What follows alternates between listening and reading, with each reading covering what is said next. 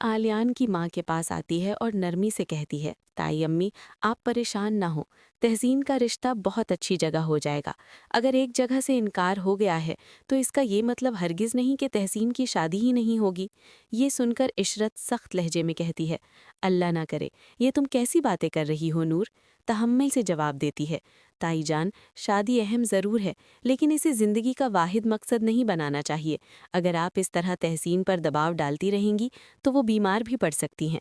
उसे थोड़ी आज़ादी दे, कहीं वो डिप्रेशन में ना चली जाए। नूर की बात सुनकर असलम भी फ़ौरन बोल उठता है, हाँ नूर, तुम बिल्कुल ठीक कह रही हो। इशरत, अब तुम तहसीन से इस मौजू पर कोई बात नहीं करोगी। घर का माहौल ठीक रखो ताकि मेरी बच्ची बेहतर माहौल में रह सके। इस पर इशरत गुस्से से कहती है, आप हर दफ़ा नूर के सामने मुझे ही गलत साबित करते हैं। मेरी बेटी का रिश्ता टूट गया है और मैं शोक भी ना बनाऊं, ऐसे कैसे हो सकता है। ये कहकर इशरत गुस्से में वहाँ से उठकर चली जाती है। नूर खामोशी से अपने कमरे में आती है, लेकिन आलियान वहाँ मौजूद नहीं होता। वो पूरे घर में उसे तलाश करती है। जब आलियान उसे गार्डन में नजर आता है तो नूर उसके पास जाकर कहती है, आलियान, मुझे आपसे बात करनी है। मगर आलियान उसे नज़रअंदाज करते हुए कहता है, नूर, मैं तुमसे बाद में बात करूंगा, अभी मेरा मूड ठीक नहीं है। नूर फौरन समझ जाती है कि आलियान उससे कुछ छुपा रहा है। वो कहती है, आलियान, क्या बात है, आप मुझे बताएं। आप यूं मुझसे खफा रहें, ये मुझसे बर्दाश्त नहीं होता। जो भी मसला है हम मिलकर हल करेंगे।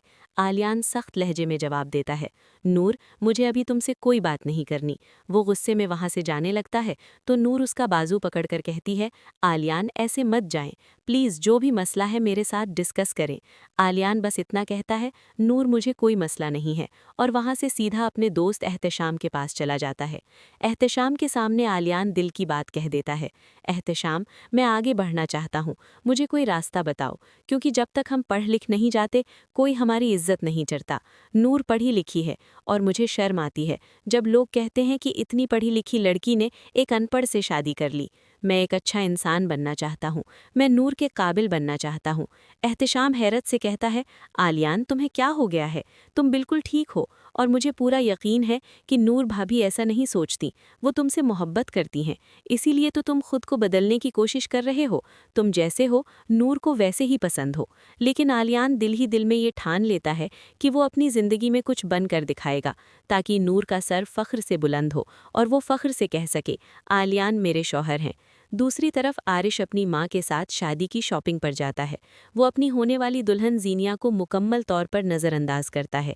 ये बात उसकी माँ फ़ौरन नोट कर लेती हैं और कहती हैं, आरिश, देखो, जीनिया तुम्हारे साथ शॉपिंग करने आई है, लेकिन तुम इसे बिल्कुल इग्नोर कर रहे हो। तुम अपनी शादी की शॉपिंग में हिस्सा क्यों नहीं ले रहे।